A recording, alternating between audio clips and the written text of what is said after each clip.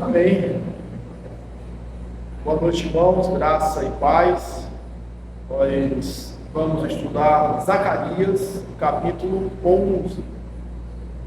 Já havia falado sobre Zacarias, capítulo 11. Vamos ler todo o capítulo de Zacarias 11. Aqueles que encontrarem o texto, por favor, vamos nos colocar de pé. Eu vou ler, os irmãos acompanhem. Zacarias 11. Diz assim: abre, ó Líbano, as tuas portas, para que o fogo consuma os teus cedros. Geme, ó cipreste, porque os cedros caíram, porque as mais excelentes árvores são destruídas. Gemei, ó carvalhos de Bazã, porque o denso bosque foi derribado. Eis o uivo dos pastores, porque a sua glória é destruída. Eis o bramido dos filhos dos leões, porque foi destruída a soberba do Jordão. Assim diz o Senhor meu Deus: apacenta as ovelhas destinadas para a matança. Aqueles que as compram, matam-nas, e não são punidos. Os que as vendem dizem: louvado seja o Senhor, porque me tornei rico. E os seus pastores não se compadecem delas. Certamente, já não terei piedade dos moradores desta terra, diz o Senhor. Eis porque entregarei os homens, cada um nas mãos do seu próximo, e nas mãos do seu rei. Eles ferirão a terra, e eu não os livrarei das mãos deles.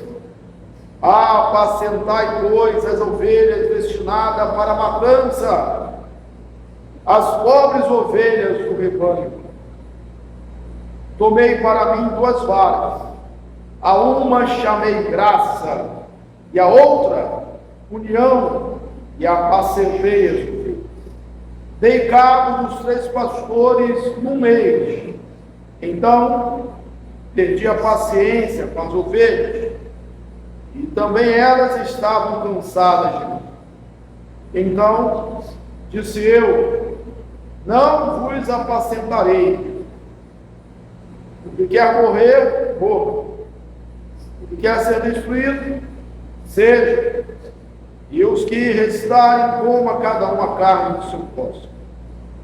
Tomei a vara chamada graça e a quebrei, para anular a minha aliança, que eu fiz com todos os povos.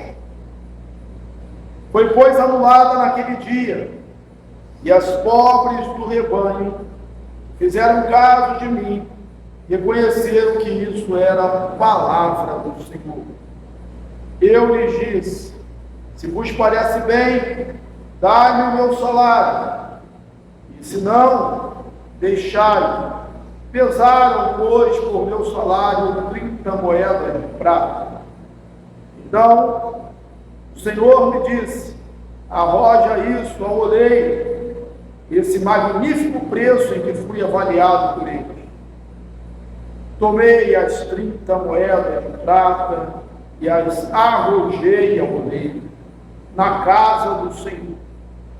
Então quebrei a 2ª vara, chamada união, para romper a irmandade entre Judá e Israel. O Senhor me disse: toma ainda os pretextos de um pastor insensato, porque eis que suscitarei um pastor na terra, o qual não cuidará das que estão perecendo, não buscará as desgarradas, não curará a que foi ferida, nem apacentará a sã, mas comerá a carne das gordas, e lhes arrancará 10 unhas. Ai do pastor inútil, que abandona o rebanho. a espada lhe cairá sobre o braço, sobre o olho direito, o braço completamente se lhe secará, o olho direito de tudo se escurecerá. Amém?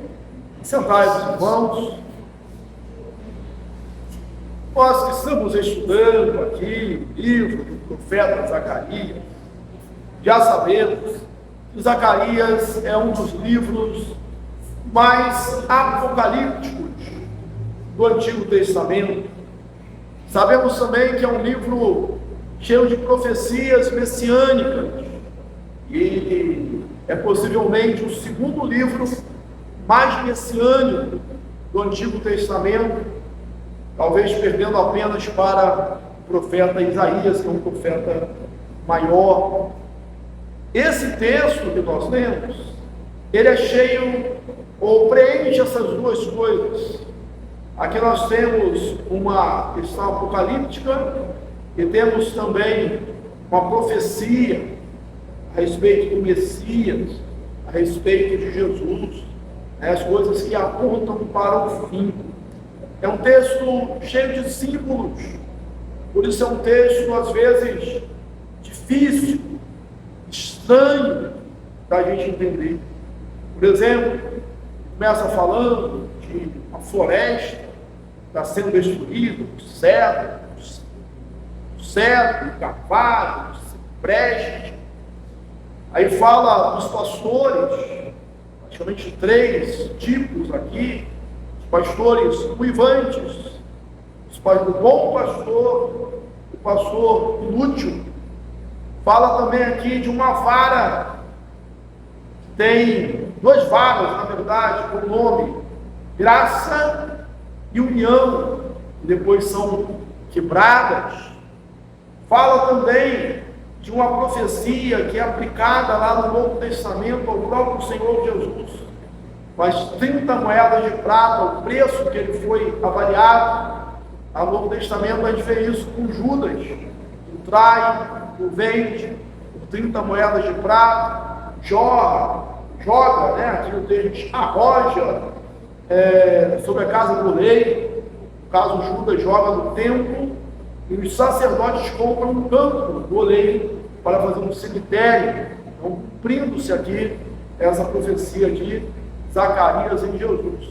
Então, um texto magnífico, um texto com muitas lições. Nós vamos estudar hoje. Bem, quando Zacarias ele faz essa profecia, os 2 líderes principais chegaram com a primeira leva de exilados, já estão mortos. Zacarias aqui está na segunda etapa da sua vida, já idoso. Esses 2 líderes eram Zorobabel, governador, e Oséias, o sumo sacerdote.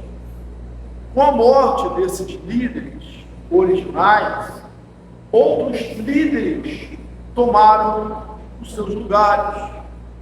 Líderes que não tinham o mesmo amor, o mesmo comprometimento, a mesma visão da obra. Líderes que se tornaram esses pastores, aqui, esse grupo de pastores, chamado pastores uivantes. Então, pastores uivantes. Bem, pastor no Antigo Testamento não era o mesmo conceito de pastor que nós temos hoje, mesmo que essa figura não existia. No Antigo Testamento a gente vê aquela tríade do profeta, do sacerdote e do rei, que eram os líderes da nação de Israel. Então a figura pastor é usada ali para falar dos líderes da nação. No Oriente Médio, os líderes chamados pastores, que tinham que cuidar, liderar e nutrir, proteger a nação. Pode ser aplicado aos pastores hoje? Pode, porque o pastor, na verdade, hoje também é um líder da igreja. Bem, esses pastores, esses líderes novos, eles não têm cuidado das ovelhas. Na verdade, eles querem só, com a sua soberba, com a sua ganância, eles querem tirar tudo das ovelhas. E ele começa falando aqui sobre essas questões aqui. Abra ao Líbano as suas portas.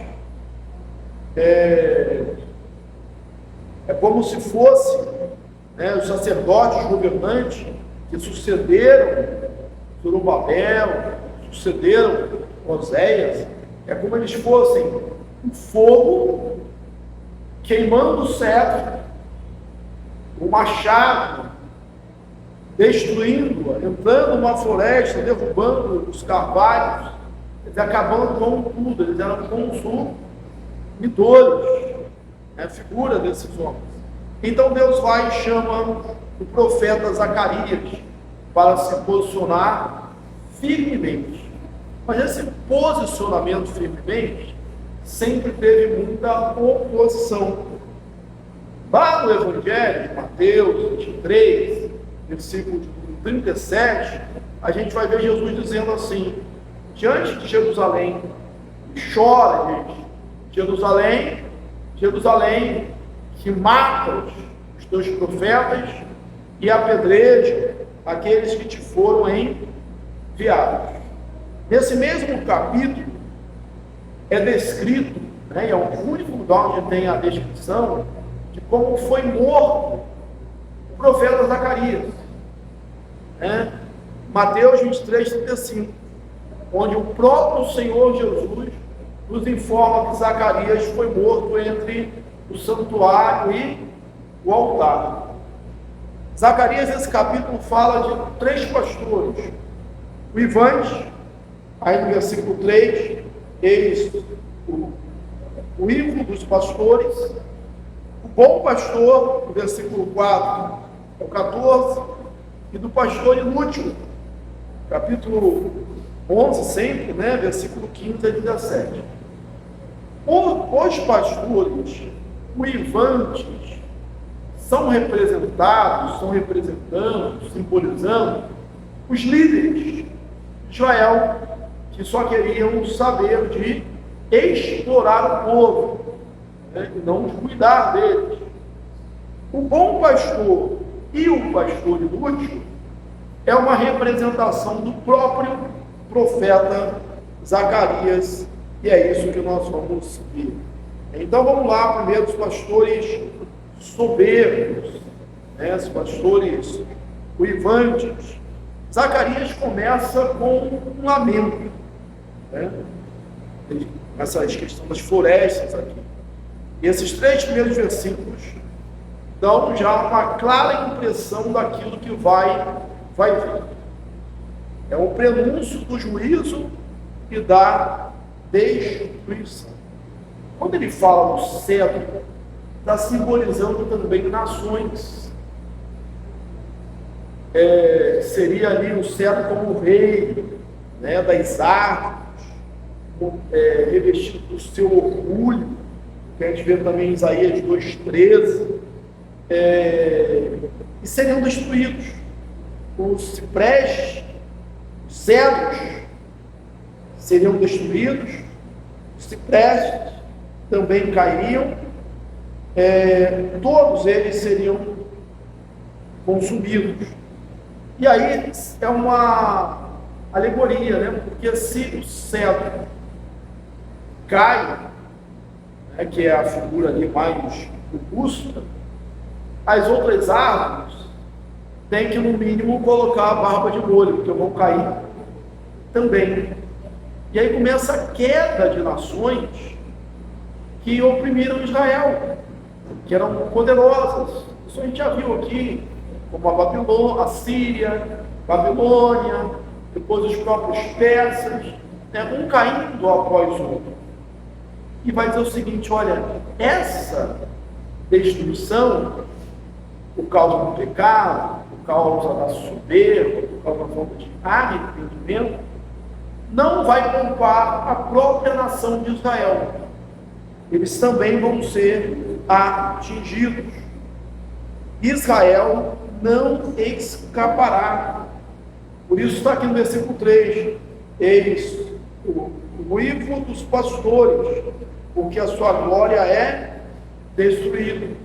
Eis o bramido dos filhos dos leões, porque foi destruída a soberba do Jordão. O profeta Zacarias, ele prediz a queda de Jerusalém. Quando é que aconteceu historicamente a queda de Jerusalém? Nós temos algumas quedas de Jerusalém, se situar. A primeira queda que nós vamos mencionar é o exílio babilônico, em 586 a.C. Eles voltam em 70 anos depois, conforme predisse o profeta Jeremias. Mas Zacarias está escrito depois disso. Ele é um profeta pós-exílio. Então, a que queda ele está se referindo? A queda que aconteceu quando essa vara da graça, simbolicamente, foi quebrada. E quando a graça é quebrada, logo depois a união também é. Onde não tem graça, não tem união. A união é um resultado, é uma consequência da graça de Deus.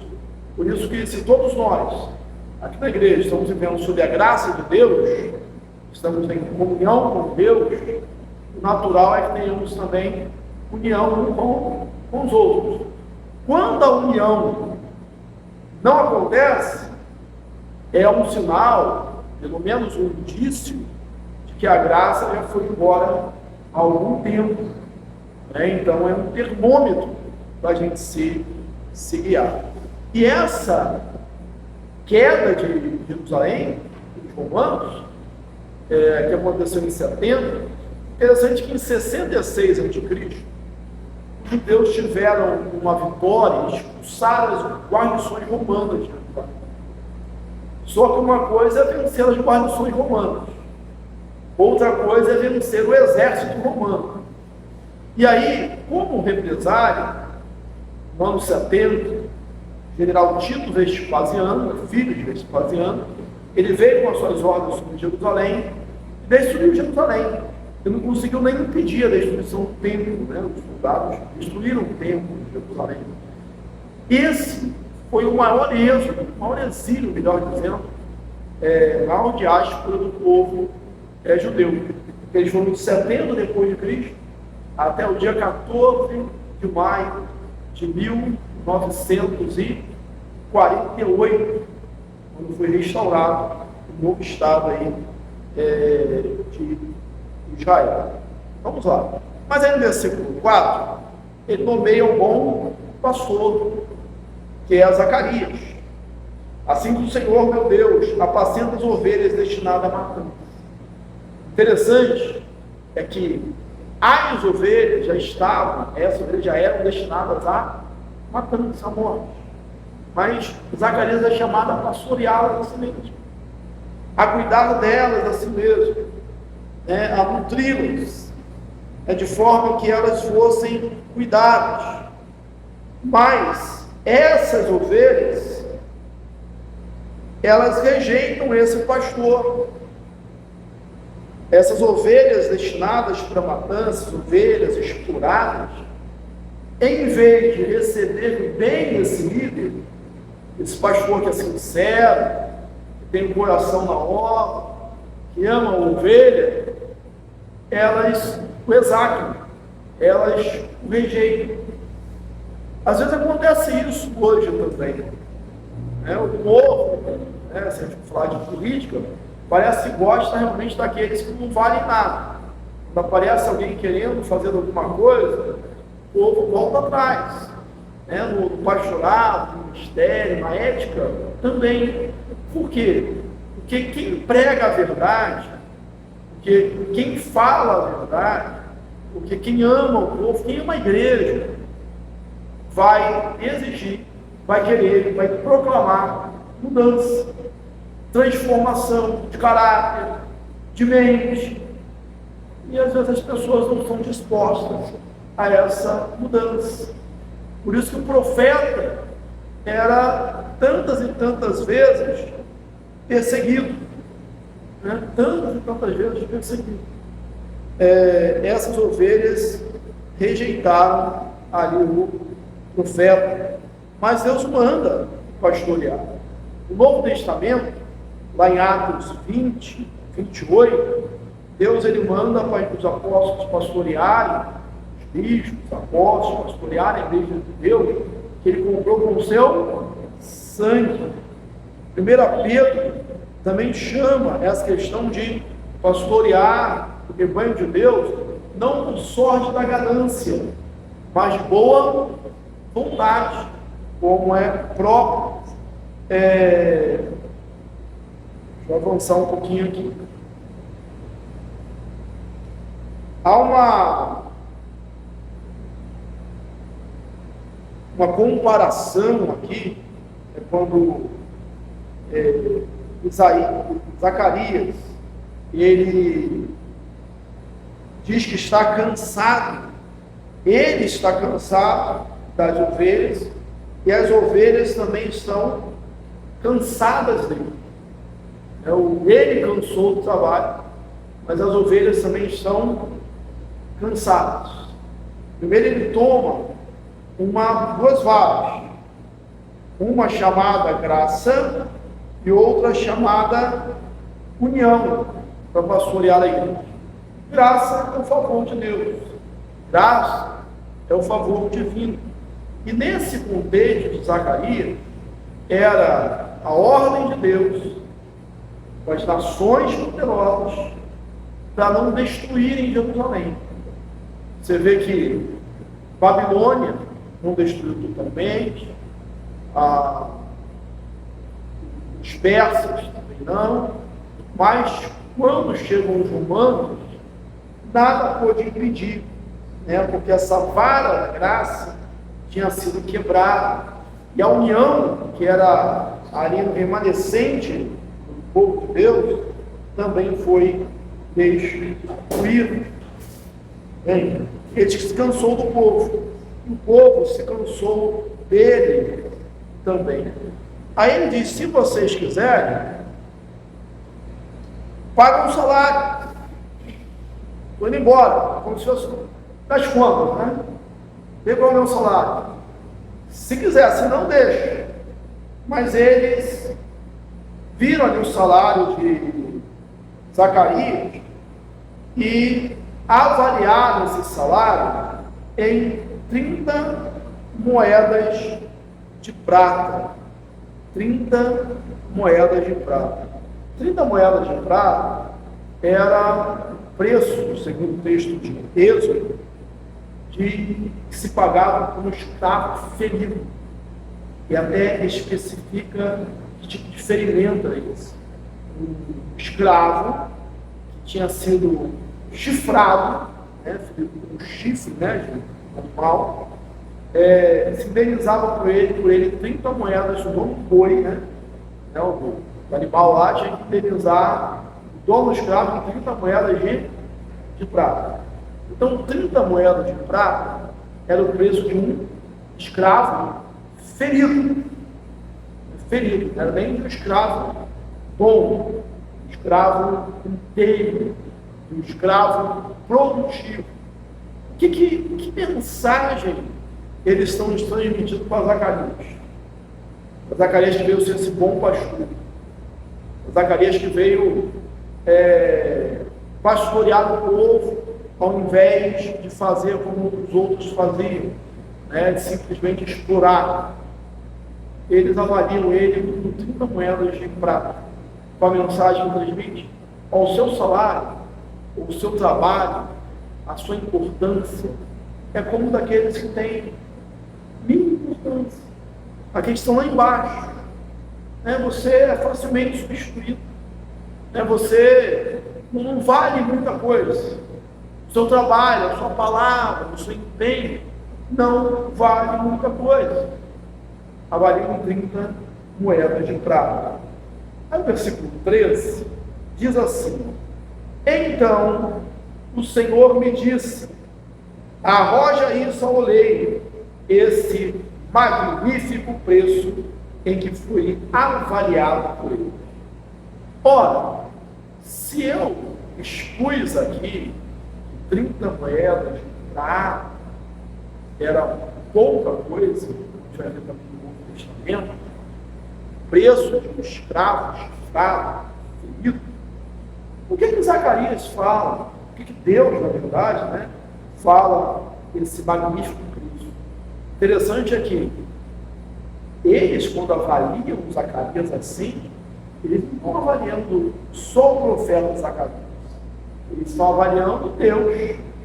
É Deus quem diz aqui o preço em que fui avaliado por eles. Mas o que ele fala magnífico, então? Ora, nossa língua nós temos isso também. Uma figura de linguagem. Vou explicar para você. Por exemplo, quando você que é pai, é mãe, professor, pega alguém, o seu filho, um aluno, fazendo uma arte, uma coisa feia, você fala assim, bonito, hein? E aí, é bonito? Não é bonito. Não adianta sabendo. É porque você está usando um sarcasmo, uma linguagem sarcástica. É uma ironia. Esse magnífico preço que eles me avaliaram. Tomei as 30 moedas de prata e arrojei ao campo do oleiro. Lá no Evangelho de Mateus, a gente vê Jesus sendo avaliado desta mesma forma. Aqui a gente está no bom pastor, o bom pastor que se permite, Jesus sendo avaliado da mesma forma. Mateus 27, versículo 10, há um cumprimento dessa promessa. Há algumas diferenças, né? Porque quem paga são os sacerdotes, os líderes, é uma coisa, né? Quando ele joga no templo. Mas esses sacerdotes, hipocritamente, dizendo que não podem receber preço de sangue, embora eles pudessem tirar do próprio templo para pagar o assassinato, eles dizem que não podem devolver aquele dinheiro para o gasofilaço. E aí compram o campo do oleiro, dizendo que vão fazer uma coisa boa. Irmãos, um ato piedoso não justifica o erro. Isso não justificou, ficou um emblema ali para eles na vida toda. Como também, nem sempre a riqueza é sinal de bênção de Deus. Se eu vou voltar aqui um pouco, né? Se voltar lá na frente dele, deixa eu ver aqui.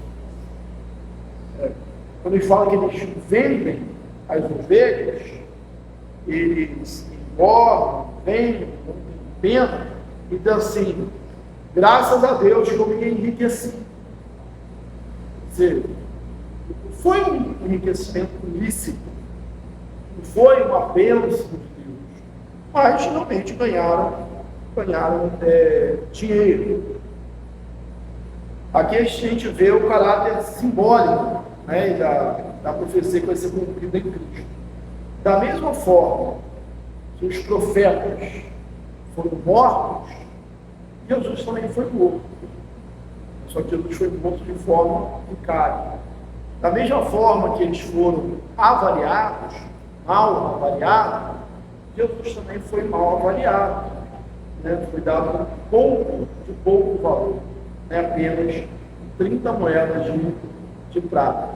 Veja bem que Judas era um negociador da bolsa. Veja assim, para cumprir a profecia, é vendido por 30 moedas de prata. Jesus, ele falou várias vezes, morreria ali em Jerusalém. Estava caminhando para Jerusalém para esse fim.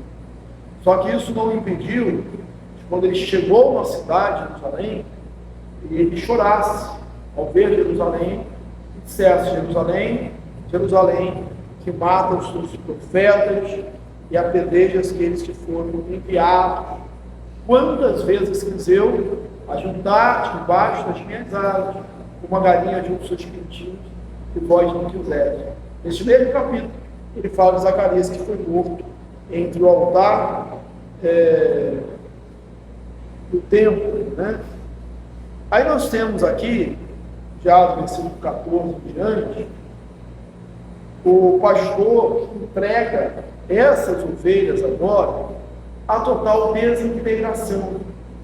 Então quebrei a segunda vara, chamada união, para romper a irmandade entre Judá e Israel. Sabe que é a pior coisa que Deus faz com o homem pecador é deixá-lo à sua própria vontade, é deixar ele fazer o que ele quer. Lá em Romanos, capítulo 1, a gente vê isso, né? Que eles foram deixados à própria sorte, corromperam-se e praticaram toda sorte de abominação. Quer dizer, ele retira a sua vara, ele retira a sua correção. Enquanto tivermos a disciplina do bom pastor, quando sentirmos a vara bondosa da graça e da união, nós estamos sendo pastoreados pelo bom pastor que é Jesus. É sem essa graça, né? Nós fomos abandonados. Aí vai falar aqui a figura agora do pastor inútil, do versículo 15 ao versículo 17. Versículo 15 a 17. Antes, deixa eu ler aqui o texto. Diz assim: a mensagem de Zacarias, com aplicação até o versículo 14, a mensagem de Zacarias é a mais oportuna para a nossa geração. Hoje vemos muitas denominações evangélicas afastando-se do Senhor e das Escrituras, seja pelo liberalismo teológico, seja pelo sincretismo religioso, seja até mesmo pela ortodoxia morta. Se não houver arrependimento e retorno ao Senhor e à sua palavra, essas denominações se tornarão fracas, anêmicas, irrelevantes, corrompidas e mortas. Esse é um texto do pastor Hernandes Dias Lopes. Se continuar se afastando pelo secretismo. O que é o secretismo? A mistura de religiões. É pelo liberalismo, que é aquele negócio que tudo é relativo, né? A gente não precisa ser tão assim ortodoxo, a letra ali da lei, da palavra. A gente vai se afastando, e o destino é realmente essa desintegração, né? A vara da graça, a vara da união se quebrar. Ao pastor inútil é suscitar.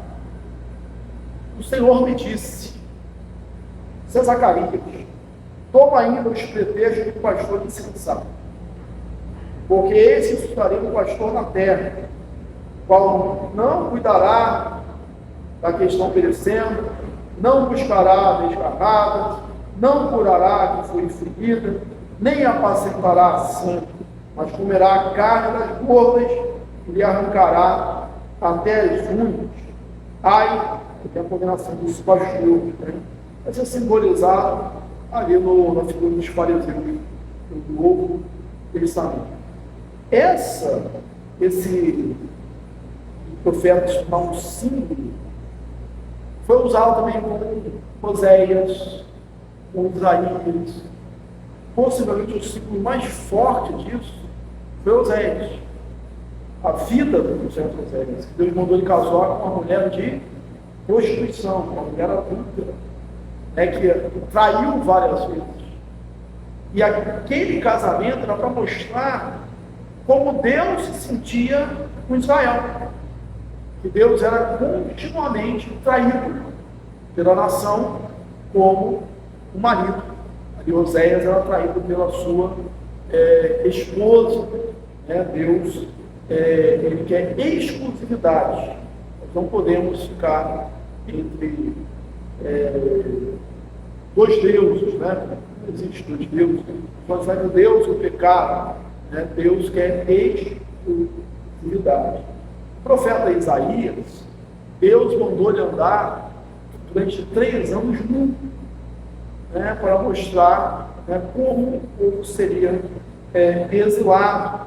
E aqui o profeta Zacarias, que era um bom profeta, era um bom pastor, ele se caracteriza de um pastor inútil, para mostrar os pastores inúteis que viriam posteriormente. Vamos aqui prosseguir um pouquinho.